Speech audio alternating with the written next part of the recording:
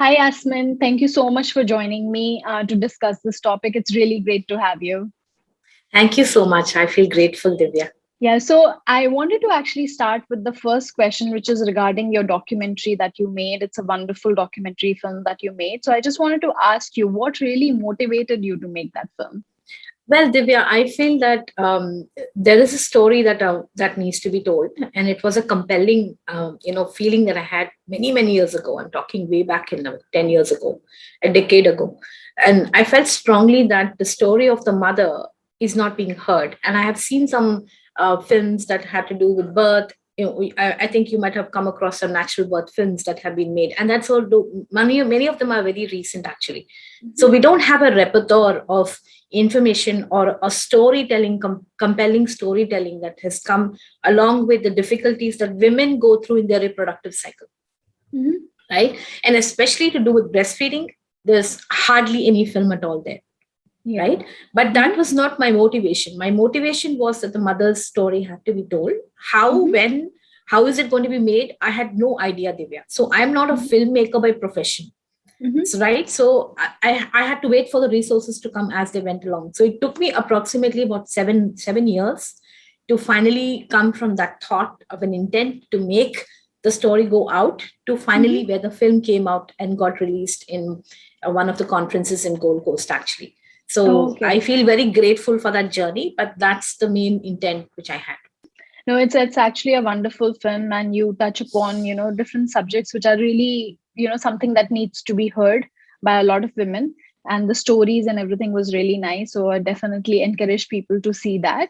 So you Thank you so also much. discuss about tongue ties in that movie, right? So just Yes. to we are going to discuss more on that topic. So just to start with, what is really tongue tie? How would you describe it? So in our body, we have different organ systems, we have different muscle groups. So these support us with our normal function on a day-to-day basis, right, Divya? So one of it is the tongue. And tongue, while it is considered to be a muscle, group of muscles and a major muscle in our body, we begin to understand that it's actually a full organ system that allows us to support many different functions of the body. Especially in my work, I concentrate on at least 10 different functions of it, and one of them is feeding. So Okay. that could be latching onto the breast or sucking, chewing, swallowing. So these are some major functions that can be included as a part of the feeding aspect of Mhm. the tongue, and also the respiration. For me, airway is a big thing. So my motivation to work in the field of lactation is less to do with breastfeeding in terms of mother's milk being given to the baby, which is fundamentally true. At the same time, what motivates me to stay on this path is to restore the function if there's any difficulty in breastfeeding, because it has direct impact on the airway, which is the breathing, the aspect Mhm. of breathing that supports us throughout our life.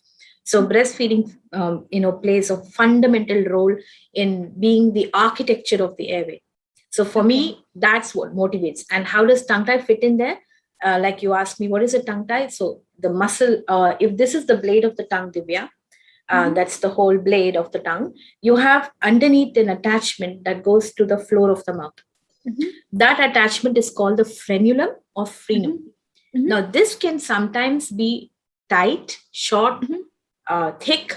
It can be Mhm. various different versions of it physically that Mhm. can prevent the full function of the tongue, which means Okay. movement from lateralization, moving the tongue from right to left, from going up and down elevation, bringing it out and going in. And also the movement that the tongue actually has while we feed and eat is the peristaltic movement. So all of Mhm. these movements are very complex, Divya.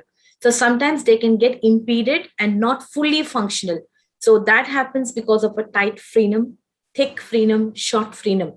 That is not a natural, presentation of the tongue. So therefore, that is called a tongue tie. How you described it, like what really causes tongue tie? Now that is an area that needs a lot of research work, and we, like Mhm. I was mentioning to you before our interview, we don't really have research that concentrates on finding out what the cause of it is, but we do know that this exists, and somewhere the incidence is kind of presenting between 3 to 5% in some countries, where we are not really looking at all kinds of tongue ties, to up to about 20% of the population of the babies having an incidence of a tongue tie. For example, in Brazil, they did a study. Now, when we look at the variance of this, the number of babies that seem to have a tongue tie, it does indicate and warrant us to kind of look at more research work. But it seems to me that there were some vague links that were given to the fact that most mothers receive folic acid as a part of the conception program or conception support, right? Now, there are indications that they talk about that to be one of those, could be one of those indicative causes for it. But this has not been, it's not evidence based yet. So we do not have a straight out multiple reasons that will tell us why does a baby have a tongue tie. But it is genetic in sequence that we are able to see, that we do know that it passes on from families in generation from generation.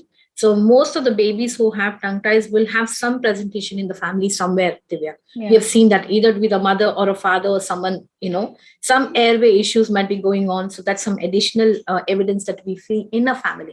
So when we take a detailed lactation history, we do get an indication that it's somewhere there. So it is a genetic, congenital anomaly. Therefore, we do need to put in a lot more attention towards doing research to find out the real cause of it. So is it like a very new concept, or has it been there, for a long time?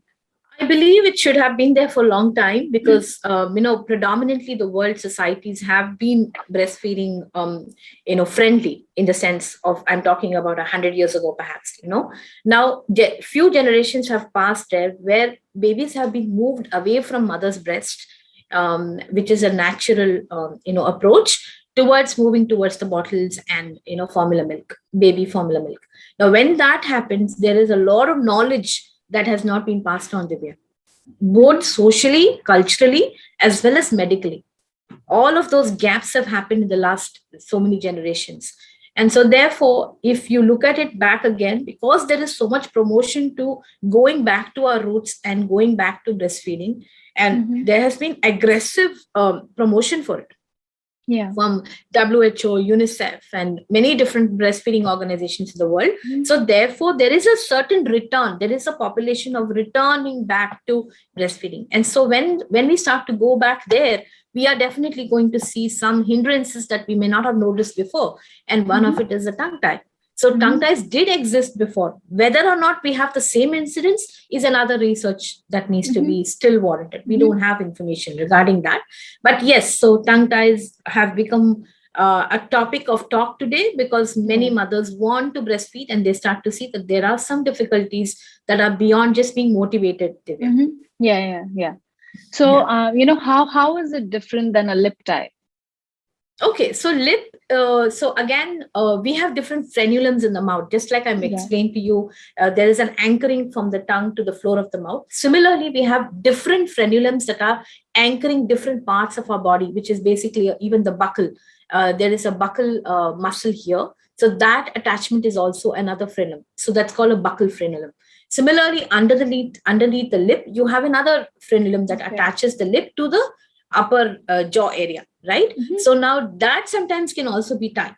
So that tightness, therefore, then it's called, if it is, I'll explain to you how anatomically it's different from functional aspect of it later on as we proceed the questions. But if there is a tightness that's present anatomically, which is structurally from the lip to the attachment underneath that, then that's called a lip tie.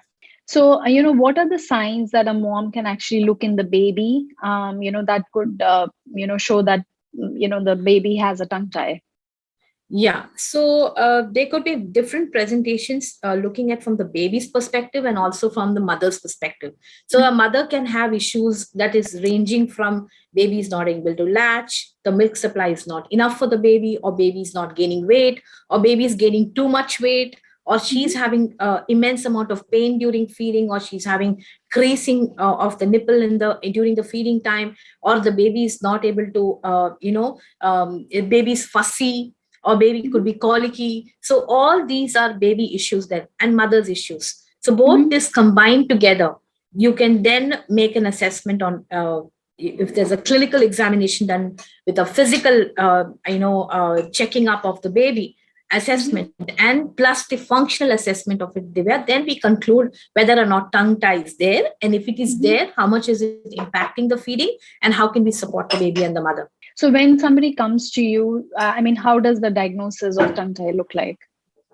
Okay, so when the mother and baby come and the family comes to the clinic, usually there's a very detailed assessment of it. We're looking at the history of the mother's birth, pregnancy, then birth, then we're looking at the feeding history of the baby, then what's going on, and doing full assessment of how the feeding is actually happening, So we put the baby to the breast and watch the entire feed as to what are the difficulties the baby is having. Is the baby able to latch? Is the baby able to stay latched? Is the baby popping off? Is there pain for the mother? Even if we are making a good positioning and latch, does the pain still continue for the mother? So those are physically, we look at all these aspects.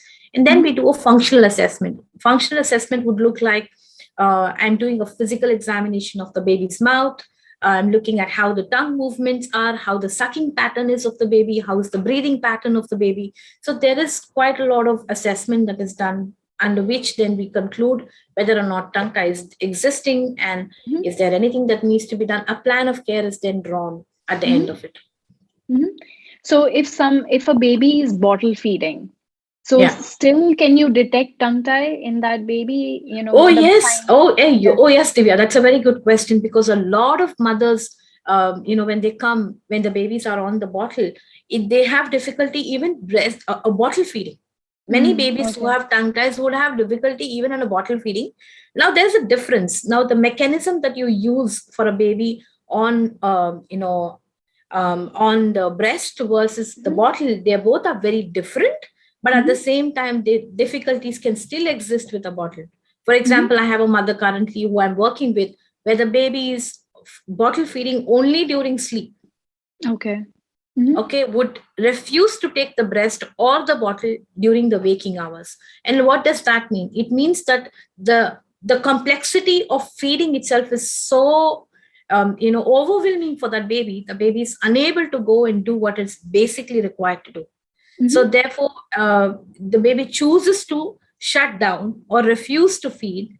And the only option for the mother would be to look for opportunities where the baby is deep asleep, when when you're not so alert to deal with the sensory information that's coming in, that makes the job much more difficult. So when we are in a reserve, it's a lot more easier. When I don't have too much to deal with, then I can focus all my attention to one. So that's when the baby can even feed, and that can be very, very heartbreaking, Divya, for mothers, because they have to go through so much to put the baby to sleep and feel a personal rejection from the baby as well. Most mothers feel personal rejection when the babies refuse to breastfeed, or when there is bottle feeding issues. I think it becomes even more complex. So besides bottle feeding, are there any other functions that are affected by tongue tie, such as like sleep? Yes, like I mentioned to you, sleep can get affected, and like I told you, breathing can get affected. Breathing is one of the main things that I look at. And swallowing could be an issue, digestion can be an issue, elimination can be an issue. So sensory integration could be impacted on it, balance, posture, speech. These are many different functions that can be impacted by that. So in terms of treatment, like what are the treatments that are available today for tongue tie?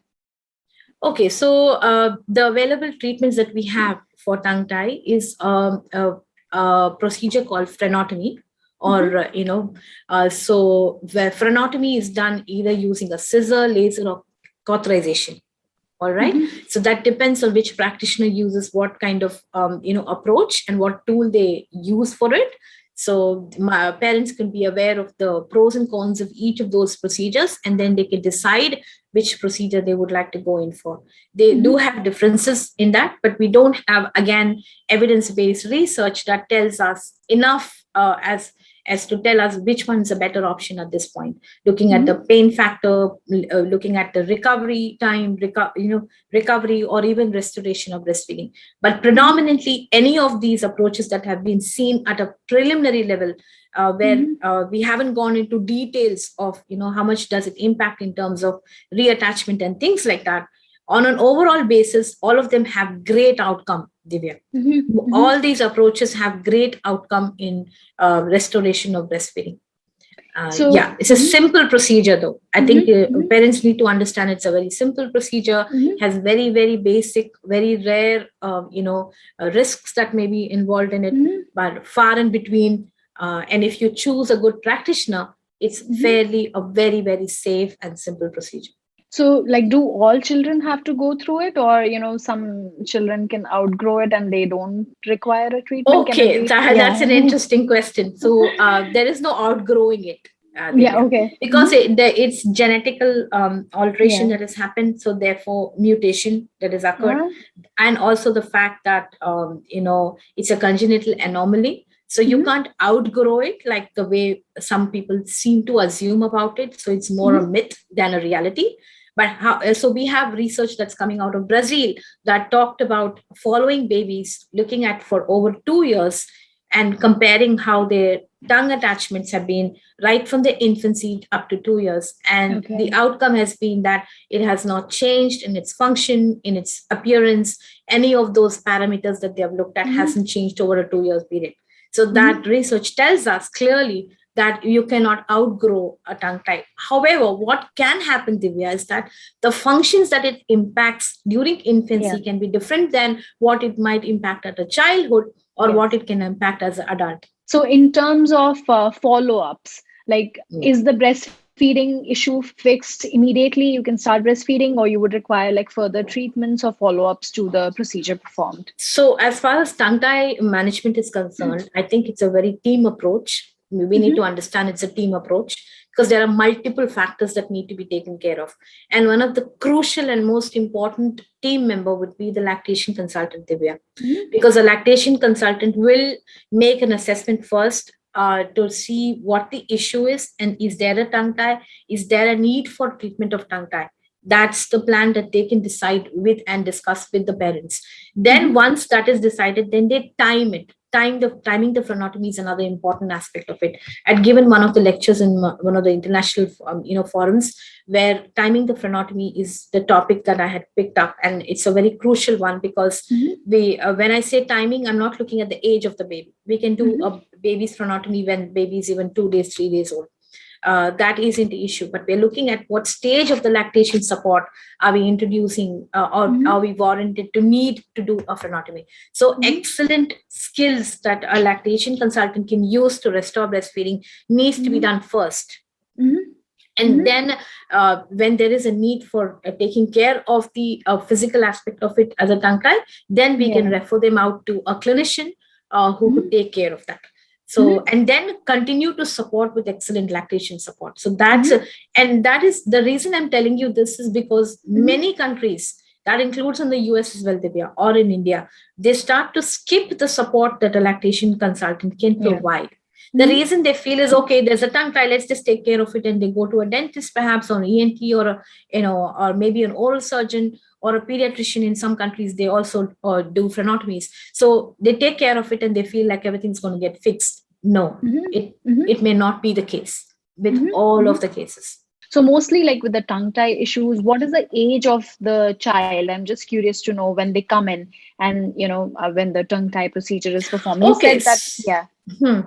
Earlier in my practice, Divya, I used to get babies, say about 3 months to about 6 months old, who you would have major issues that have not been resolved, breastfeeding issues that haven't been resolved, where I have babies who have probably never gone to the breast also, or struggled with breastfeeding, or struggled with going to the breast and keep coming off the breast, or partially breastfeeding. So these are the kind of issues that I had earlier. So that means there was less information and mothers would keep trying different various approaches to try and restore breastfeeding. And they would have lost almost 12 weeks, 10 to 12 weeks by the time they reach out for help.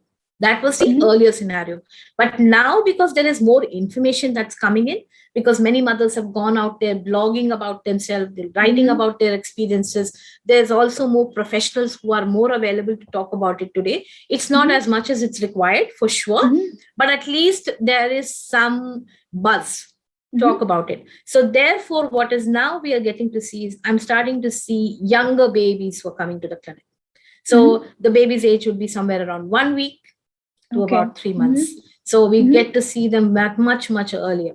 Much earlier. So in terms of the success rate of these treatments, like if you can shed a little bit of light, like how successful they are they successful for 100% for all the babies?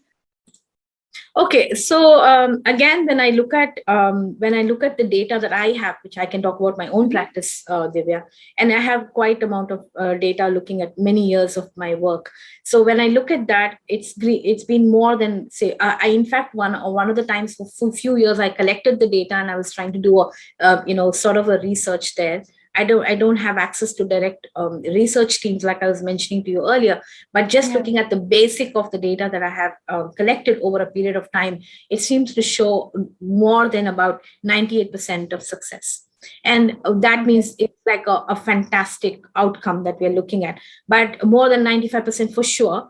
And 98 to 99% is what I'm looking at. And the 1% or 2% that I'm talking about are not because it has not been successful, but sometimes it's about the aftercare that needs to be provided, which means, some babies have never gone to the breast and they need more lactation support. And sometimes families may not have resources, or mothers may be too overwhelmed emotionally to continue to do the care that's required, or the effort that needs to be put to restore breastfeeding.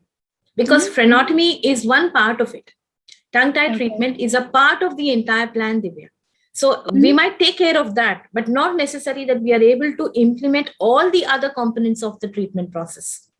So sometimes you might, parents may not be in a place to be able to put all of those components in place. So that's the only reason why we might have had a few mothers not being able to have a successful breastfeeding, not because of the failure of the treatment. Like when somebody comes to you, or in general, if a mother sees that there could be a problem, who is the best person to approach with it? I mean, go directly to the pediatrician that my baby has a problem, or find a lactation consultant who can resolve the issue of tongue tie? Like how the approach should look like? Okay, so in the real world scenario, I think most people are reaching out to the pediatricians because that's their first point of contact in many countries. So, and also, the outcome has been that most of the time they have been either dismissed, or they have not been understood, or maybe the condition has not been recognized. Now, this we see predominantly in many countries around the world, and the narrative is the same everywhere. That includes India or any other country. Having said that, today, like I told you, there's much more awareness to it. That the right approach, or rather the more recommended approach, would be to include the team in a way that there's a lactation support, that is excellent lactation support is provided. So if a lactation counselor or lactation consultant is available in the team who understands these dynamics and mechanics, then perhaps they will be able to be in a better position to identify if there is a tongue tie, and then to do either a referral or to take care of it in the clinic. So all of this can fall in place if there is a excellent lactation evaluation done. So what if, all these issues are left unresolved? Then what is the risk of it? Okay, the risk of it is, again, we are getting to understand that, sleeps, for example, the sleep medicine that is predominantly becoming quite a cutting edge understanding about human airway management that is coming up today in the world. That's one branch of medicine that's looking at sleep studies, looking at sleep apnea, looking at issues that it might have an impact on the human, even fatality for that matter. There are many people who die out of sleep apnea today. And they are starting to look at those aspects, So when we look at that, we start to look back and see what are we missing? What are the components that we are missing, perhaps that has started in infancy itself and childhood? And so there is a whole branch of study that is coming in to look at those causes. How can we look at it earlier? So, Mhm. like I mentioned to you, this is very important to look at from an airway perspective, most importantly, from an airway perspective. Now, that links into the craniofacial development, Mhm. the complex of the craniofacial development, the muscles around the mouth, the dental aspect, the arches that are Mhm. developing, all of these become very, very important. So some of those components that the ENT looks at, some of those Yeah. components which the dentist looks at, some of those components which sleep medicine would look at, all of Mhm. these will come together and see Mhm. that these many, many major functions that get impacted, including speech. Mhm. Speech also, speech therapist can look at that aspect of it. Mhm. Myofunctional therapy Yeah. is becoming Mhm. very, very predominant Popular, today, and right? yes, Mhm. popular. We're looking at that as a part of the whole team process there. Mhm. So I think all of these functions that can get Mhm. impacted is it has to do with tongue ties. So they have to rule out whether there's a tongue tie, how do we take care of it, what is the stage of the treatment that needs to be taken care of. Mhm. All of those things can be put in place then. So, if you have any advice for new moms regarding, breastfeeding, just in general. Yes. So in general, if you look at mothers, my message to them would be, Divya, is to plan and to really choose carefully and sensitively your birth team. Mhm. I think that's the key most important aspect of starting out right, or at least giving a chance for your breastfeeding to start right, would be to choose very, very carefully and sensitively who your team is going to be during Mhm. your birthing process, and that cannot start at the time when you're just going to birth. It Yeah. obviously needs to start very, very early, because it takes time in the real world to find the right kind of team, Divya.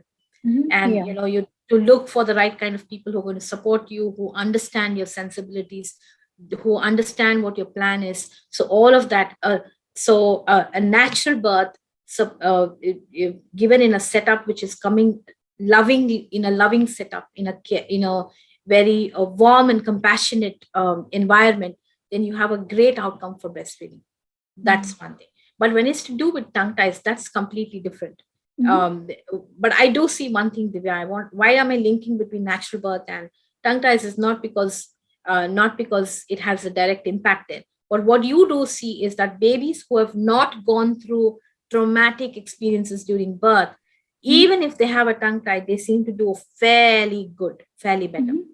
Mhm. So therefore, lesser babies who Mhm. are who have a tongue tie and have had a natural birth would require that kind of intensive support Mhm.